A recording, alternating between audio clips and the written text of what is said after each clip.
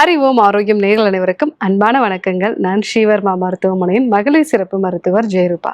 இந்த நாள் இனிய நாளாக அமைய என்னுடைய மனமார்ந்த வாழ்த்துக்களும் பிரார்த்தனைகளும். பிசிஓடி சம்பந்தமான பிரச்சனை இருக்கக்கூடிய பெண்கள் உடல் எடையை குறைக்கிறது ரொம்ப சிரமமா இருக்கு. அதுவும் குழந்தை பேருக்கான ஒரு சிகிச்சை முறைகள்ல இருக்கும்போது இந்த பிசிஓடி அப்படிங்கிறது மிக முக்கியமான காரணமா இருக்கு. ஸோ இந்த பிசிஓடி டீனேஜ்ல இருக்கக்கூடிய பெண்களா இருந்தாங்கன்னா அவங்களுக்கு முகத்துல பருக்கள் உண்டாக்குறது, அதே மாதிரி முடி கொட்டுறது, ஸோ அதையோட தலையோட முன்பகுதியில அதிகமான அளவுக்கு முடி கொட்டுறது, முகத்துல தேவையில்லாத இடங்கள்ல முடி வளர்ச்சி, மீசை பகுதி, தாடி பகுதிகள் எல்லாம் முடி வளர்ச்சி உண்டாகிறது. ஸோ இந்த மாதிரி இளம் வயதுல இருக்கக்கூடிய பெண்களுக்கும் பிசிஓடினால நிறைய பிரச்சனைகள் இருக்கிறத பார்க்குறோம். அதே மாதிரி நடுத்தர வயதுல இல்லை ஒரு திருமணத்துக்கு அப்புறமாக குழந்தைக்காகவும் இந்த பிசிஓடி அப்படிங்கிறது முக்கியமான பிரச்சனையா இருக்கிறத பார்க்குறோம்.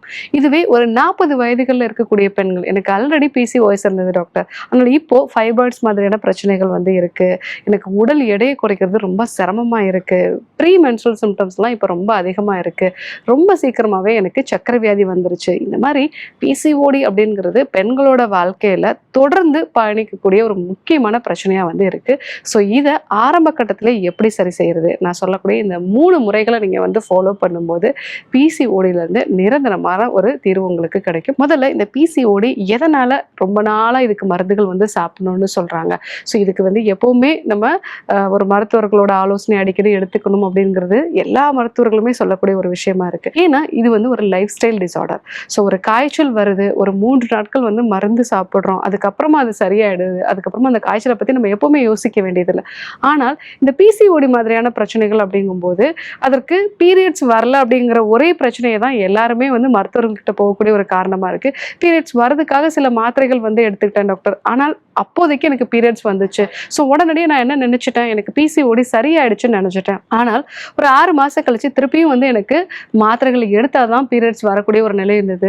ஒரு கட்டத்துக்கு மேல எனக்கு மாத்திரைகள் எடுத்தாலும் கூட பீரியட்ஸ் வரல அப்படிங்கிற ஒரு நிலை வந்துருச்சு அப்படின்னு சொல்லுவாங்க. ஏன்னா இது ஒரு லைஃப் ஸ்டைல் டிசார்டர். நீங்க எப்படி உணவை எடுத்துக்கிறீங்க, உங்களுடைய அன்றாட வாழ்வியல் முறைகள் எப்படி இருக்கு, அதாவது காலையில எத்தனை மணிக்கு எழுந்திருக்கிறீங்க, அதே மாதிரி உடல் உழைப்பு எந்த அளவுக்கு இருக்கு, நீங்க என்ன வகையான உணவுகளை அடிக்கடி எடுத்துக்கிறீங்க, ஸோ இது மட்டும் இல்லாம நைட்ல எவ்வளவு சீக்கிரமா நீங்க தூங்குறீங்க, நல்ல இரவு தூக்கம் இருக்கா, இது கூட அதிகப்படியான மன அழுத்தம் இருக்கு. ஸோ இந்த விஷயங்கள் எல்லாமே பிசிஓடி உண்டாகிறதுக்கு முக்கியமான காரணமா இருக்கு. அது மட்டும் இல்லாம அப்பா அம்மாவுக்கு சக்கரை வியாதி இருந்ததுன்னா உங்களுக்கும் ரொம்ப சீக்கிரமா இன்சுலின் ரெசிஸ்டன்ஸ் வர்றதுக்கான வாய்ப்புகள் இருக்கு.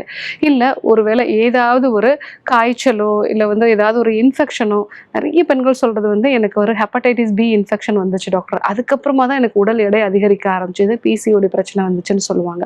இன்னும் சில பேர் நான் பீரியட்ஸ் வரல, கொஞ்சம் வெயிட் போட்டேன், அந்த டைம்ல வரதுக்காக சில மாத்திரைகள் சாப்பிட்டேன், அதுக்கப்புறமா நான் கண்டினியூஸா மாத்திரை சாப்பிட்டுட்டு இருக்கேன்னு சொல்லுவாங்க. இது நமக்கு எடுத்துக்கொண்டு அந்த ஹார்மோனல் டேப்லெட்ஸ்னால வரக்கூடிய ஒரு பிசிஓஎஸ். இது இல்லாம சில பேர் ரொம்ப ஸ்ட்ரெஸ்ஃபுல்லாக இருந்தேன் டாக்டர், ஸோ அந்த சமயத்தில் தான் எனக்கு பீரியட்ஸ் அப்படிங்கிறது தள்ளி தள்ளி போச்சு, பீரியட்ஸ் வந்தாலும் அதிகமான அளவுக்கு ப்ளீடிங் இருக்கும், தொடர்ந்து ஸ்பாட்டிங் மாதிரிலாம் இருக்கும் அப்படின்னு சொல்லுவாங்க.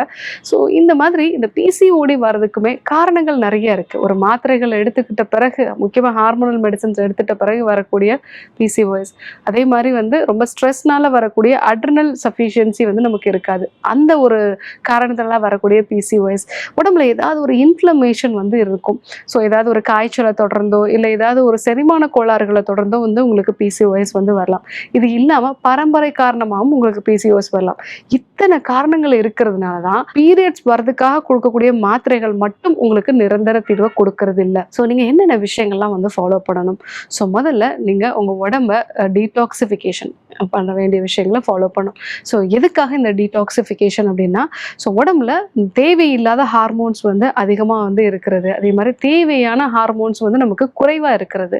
ஸோ இந்த ப்ரொஜெஸ்ட்ரான் தேவையான அளவு இருக்காது, ஈஸ்ட்ரோஜனோட அளவு அதிகமாக இருக்கும். அதே மாதிரி உடம்புல இன்ஃப்ளமேஷனை உருவாக்கக்கூடிய கார்டிசால்ங்கிற இந்த ஸ்ட்ரெஸ் ஹார்மோனோட அளவு அதிகமாக இருக்கும். ஸோ இந்த காரணங்களால் உங்களுக்கு பிசிஓடி அதிகமாக வரலாம். ஸோ அதற்கு முதல்ல நம்ம டீடாக்சிஃபிகேஷன் பண்ண வேண்டியது அவசியம்.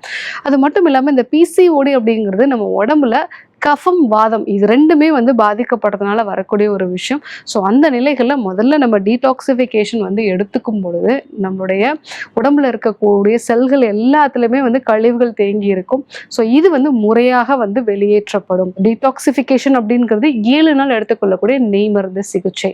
ஸோ முதல் நாள் வந்து நம்ம ஒரு 30 ml அளவுக்கு மருந்தூட்டப்பட்ட நெய்கள் வந்து எடுத்துக்கிறோம். ஸோ அடுத்தடுத்து 6 நாட்கள் இந்த மாதிரி நம்ம வந்து இந்த மருந்தூட்டப்பட்ட நெய்கள் வந்து எடுத்துட்டு அன்றைய நாளில் நம்ம ஓரளவுக்கு கஞ்சி வகையான உணவுகளை வந்து நம்ம எடுத்துக்கிறோம். ஸோ இது ஒரு 6 நாள் தொடர்ந்து நம்ம எடுத்துக்கிட்ட பிறகு அந்த ஒரு நிலையிலே நம்ம உடல்ல வந்து எடையும் வந்து நல்லா குறையும். கிட்டத்தட்ட 5லேருந்து 6 கிலோ வரைக்கும் நல்லா வந்து உடல் எடை வந்து குறையும். கடைசியாக நமக்கு உடல்ல இருக்கக்கூடிய இந்த கழிவுகள் எல்லாத்தையுமே வெளியேற்றக்கூடிய பேதி மருந்து சிகிச்சை. ஸோ நம்ம வந்து இந்த 6 நாட்களும் நம்ம உடம்புல எல்லா பகுதிகளையும் செல்களில் தேங்கி இருக்கக்கூடிய கழிவுகளை நம்மளுடைய குடலுக்கு வந்து கொண்டு வரும். கடைசி நாளில் வந்து நம்ம குடல்ல இருந்து இந்த கழிவுகளை முழுமையாக வெளியேற்றும். ஸோ இந்த சமயத்தில் உணவு வந்து ரொம்ப ஈஸியாக சரிக்கக்கூடிய ஒரு உணவாக வந்து இருக்கும். ஸோ இதில் உடல் எடை குறையிறது மட்டும் இல்லாமல் நம்மளுடைய செரிமான சக்தி வந்து இம்ப்ரூவ் ஆகுது. மிக முக்கியமாக மன அழுத்தம், நிறைய பிசிஓடி இருக்கிறவங்களுக்கு பார்த்தீங்க அப்படின்னா சின்ன சின்ன விஷயத்துக்குலாம் நிறைய ஸ்ட்ரெஸ் ஆவாங்க. ஸோ வீட்டில் அம்மாக்கள் வந்து நான் சொல்லக்கூடிய சாதாரண ஒரு வார்த்தைக்கு கூட வந்து அதிகமான அளவுக்கு கோபப்படுறாங்க. அவங்க வேலைகளே அவங்க கரெக்டாக செய்யலைங்கிறதா நான் சொல்கிறேன். அதுக்கு கூட அதிகமாக கோபப்படுறாங்க அப்படின்னு சொல்லுவாங்க. ஸோ இது எல்லாமே அவங்க உடம்புல அந்த ஹார்மோன்ஸ் வந்து இம்பேலன்ஸ்டாக இருக்கிறதுனால மூளைக்கு தப்பு தப்பான சமிக்கைகள், அதாவது மெசேஜஸ்லாம் போகும்பொழுது அம்மா நமக்காக சொல்கிறாங்க அப்படிங்கிறத தாண்டி அதை வந்து ஒரு பெரிய பயமாக வந்து எடுத்துட்டோ இல்லை வந்து கோபத்தை வெளிப்படுத்தக்கூடிய ஒரு சூழ்நிலையை உருவாக்குறது தான் இந்த ஹார்மோன். ஸோ அதற்கும் இந்த நெய் மருந்து சிகிச்சை எடுத்துக்கும் போது நல்ல ஒரு மென்டல் கிளாரிட்டி வந்து அவங்களுக்கு கிடைக்கும். ஸோ இது 7 நாள் எடுத்துக்கொள்ளக்கூடிய இந்த சிகிச்சை முறையோட ரெகுலராக நீங்கள் வந்து சூரிய நமஸ்கார பயிற்சிகளை வந்து பண்ணணும். சூரிய நமஸ்கார பயிற்சிகள் எதனால் வந்து பண்ணணும் அப்படின்னா இது வந்து நம்மளுடைய தண்டுவடத்தை முழுமையாக அசைக்கக்கூடிய ஒரு பயிற்சி. ஸோ இந்த ஒரு பயிற்சியிலே உடம்புல இருக்கக்கூடிய எல்லா பகுதிகளுமே வந்து நமக்கு ஒரு அசைவுகளை வந்து கொடுக்கக்கூடிய ஒரு நிலை இருக்கும். அதே மாதிரி தண்டுவடம் அதிகமான அளவுக்கு அசைவுகளை வந்து உருவாக்குறதுனால உங்களுடைய ஹார்மோன்ஸ் எல்லாமே பேலன்ஸ்டாக இருக்கும். ஸோ அதே மாதிரி சக்கரங்கள் நம்ம சொல்லுவோம்.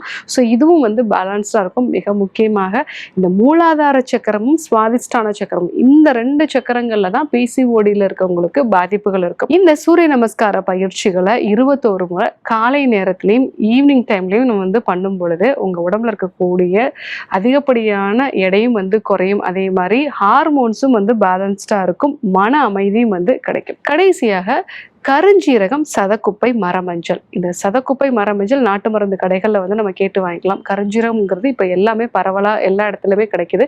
இது 3யுமே வந்து ஈக்குவல் குவான்டிட்டி வந்து எடுத்துட்டு நீங்கள் பொடி பண்ணி வச்சுக்கோங்க.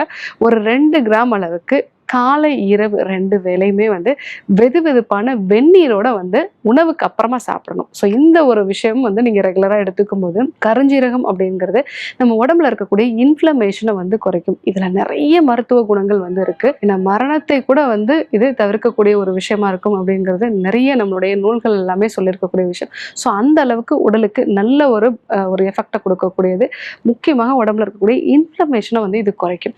ஸோ அடுத்தது சதக்குப்பை. இந்த சதக்குப்பை அப்படிங்கிறது பெண்ணுக்கான அந்த ஹார்மோன்ஸை பேலன்ஸ்டாக வைக்கிறது. அதாவது ஈஸ்ட்ரோஜன், ப்ரொஜெஸ்ட்ரான் இது எல்லாத்தையுமே பேலன்ஸ்டாக வைக்கிறது. கடைசியாக மரமஞ்சள். இந்த மரமஞ்சள் அப்படிங்கிறது அதில் இருக்கக்கூடிய பெர்பரின் அப்படிங்கிற ஒரு வேதிப்பொருள்.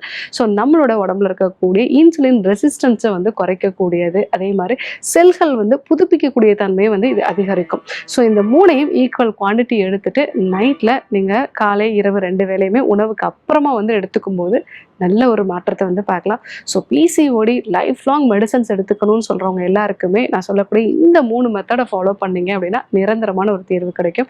7 நாள் எடுத்துக்கொள்ளக்கூடிய நெய் மருந்து சிகிச்சை, அடுத்தது சூரிய நமஸ்கார பயிற்சிகளை 21 முறை காலை இரவு 2 வேளையும் பண்ணுறது, கருஞ்சீரகம், சதக்குப்பை, மரமஞ்சள் ஈக்குவல் குவான்டிட்டி எடுத்து பொடி பண்ணிட்டு 2 கிராம் அளவுக்கு காலை இரவு 2 வேளையும் நீங்கள் உணவுக்கு அப்புறமா 2 கிராம் வந்து வெதுவெதுப்பான வெந்நீரோட வந்து எடுத்துக்கிட்டீங்க அப்படின்னா நல்ல மாற்றத்தை வந்து பார்க்க முடியும். ஸோ சினைப்பை நீர்க்கட்டிகளுக்கு நிரந்தர தீர்வே கிடையாது அப்படின்னு சொல்றவங்களுக்கு இந்த 3 விஷயத்தை ஃபாலோ பண்ணுங்க. கண்டிப்பாக நல்ல ஒரு மாற்றத்தை பார்க்கலாம். இதே போன்று ஒரு நல்ல தகவலோட உங்களை சந்திக்கிறேன். நன்றி, வணக்கம்.